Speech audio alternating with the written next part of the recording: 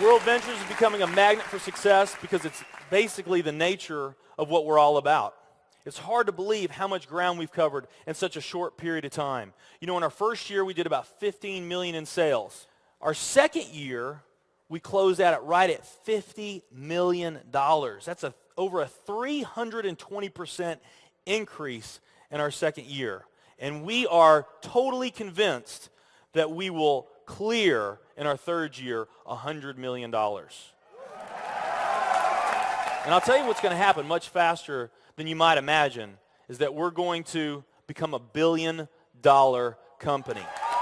And some of you, especially the people newer to our company, you might find that hard to believe, or you think, you know, it's pretty outrageous goal. If you've really taken the time and you've studied companies that have achieved that level of success, what you found is that it's rare that a company that invents a brand new product or introduces into a brand new product segment has that type of success. What's more common, where you see these companies that achieve this mega success, it's companies that enter an industry that's already very, very large, also very competitive. They do something just a little bit different, and they carve out a small little piece of a really big pie, and with that small little piece, they become over $1 billion a year company. A great example of that is Cheesecake Factory. I mean, we all know how competitive and how big the restaurant business is. And Cheesecake Factory, they're not doing something that much different than everybody else. They're doing things just a little bit different. But they are a super success in business today. One of my favorite examples is Starbucks. I mean, how long has the coffee industry been around, and how big is the coffee industry? Okay, I mean, how many companies sell coffee? Starbucks, doing it just a little bit different. They carved out their piece, and now they're a multi-billion-dollar company. And I got a little demonstration that I want to show you that I think is kind of fun. The coffee industry is $100 billion. So $100 billion every year is spent around the world on coffee. Each one of these gumballs represents $1 billion in annual sales. There's 100 gumballs in here. This is the coffee industry. So Starbucks, if they want to, let's say they're brand new and they're starting out, and they've got this goal to become a billion-dollar company, they need to carve out 1% of that pie. So they would need to have this much of that pie, 1%.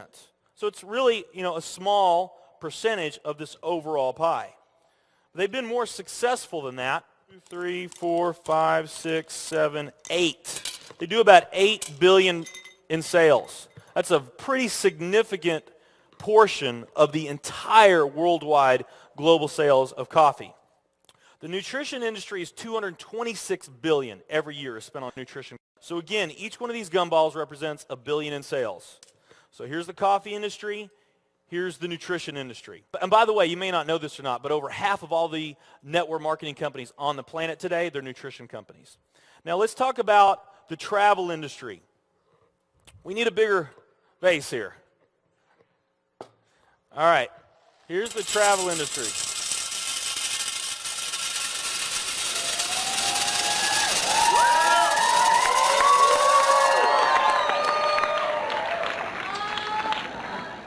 It's pretty impressive, right? Well, it doesn't stop there.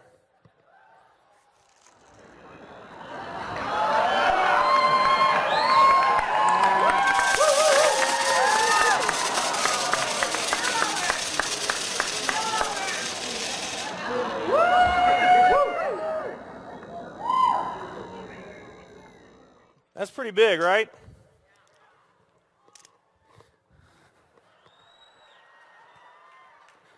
There's more.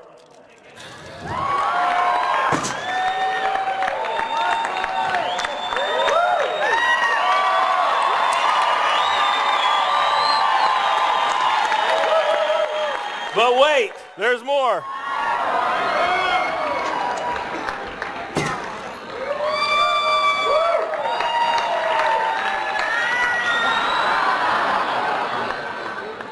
And one more.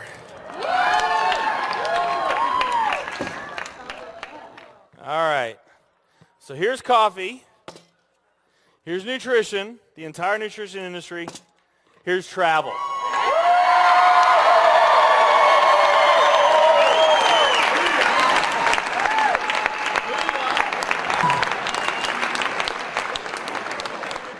Travel industry is $7 trillion every year spent on travel.